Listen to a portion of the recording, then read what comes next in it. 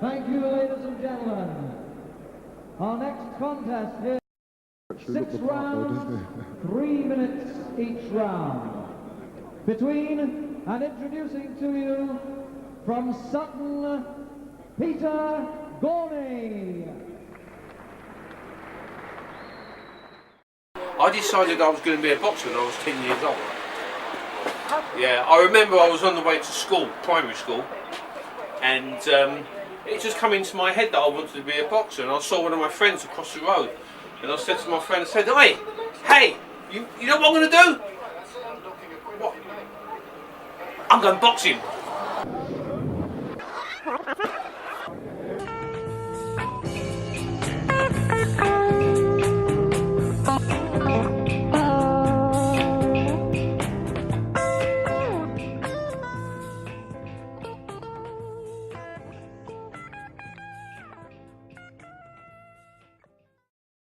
My name's Peter. It's Peter Gorny, and I'm recognised as Gorny Shoe Repairs and Locksmiths with engraving. That's what I do. I make shoes, manufacture surgical and orthopaedic footwear for people with deformities, and I also cobble, as in repair shoes, soles, wheels, toe pieces, whole works. There's nothing I can't do with shoe. My father was a master shoemaker, master cobbler, and ever since I was 8 years old, he used to tell me that I ain't gonna give you any pocket money. If you want anything, you have to go work for it. So when I used to come in from school, I used to go up to him and say, Dad, can I have sixpence? And he'd say, yeah, sure. You go and take them heels off of them shoes over there, and I'll give you sixpence. And that's what I used to do. I mean, every kid of my era was probably inspired by a lot by Muhammad Ali, Cassius Clay. That's who I grew up with. But I also liked a fellow by the name of Sugar Ray Robinson. Sugar Ray Robinson was it was before Cassius Clay. he was a super fighter. Clay's style was based on Sugar Ray. The way he used to move, the way he used to dance, fast hands, quick thinking, good talker. He was a middleweight. He boxed at light heavy. He went to take the light heavyweight title, but it was only he was winning. He was going to do it, but it was the fatigue that really got to him in the end.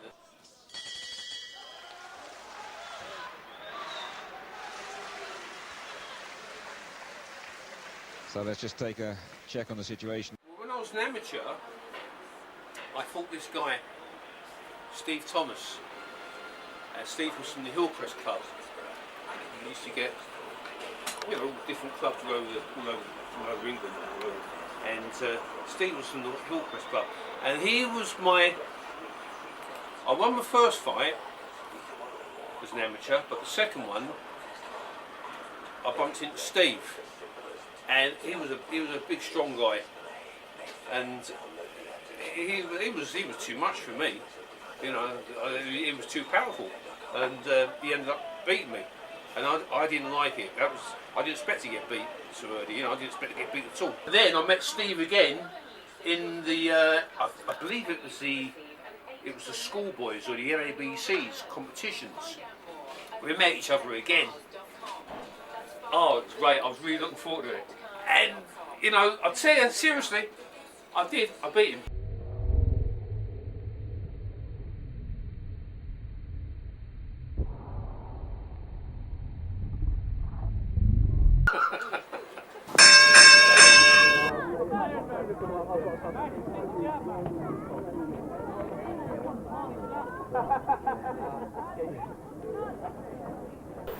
The art of boxing is something that really does help initiate a certain attitude. It's a sport that it gives you a career. It gives each, all the kids, it gives them a chance to make something of themselves. To to take them forward in life.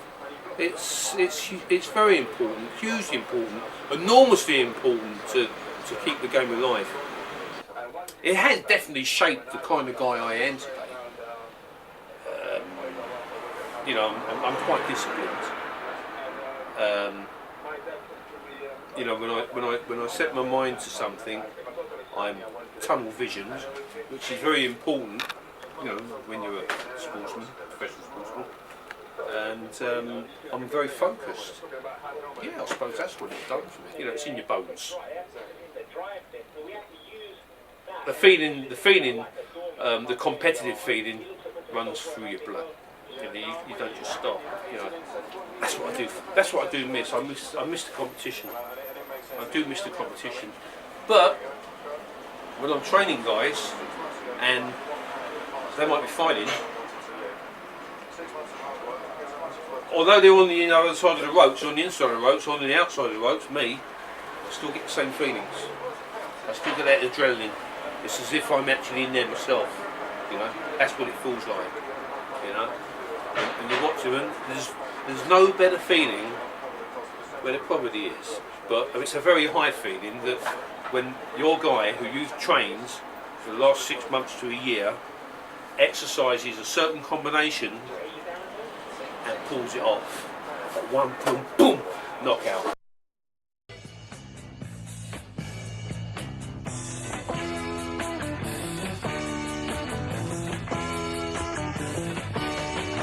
Que ha sido muy fácil, nena.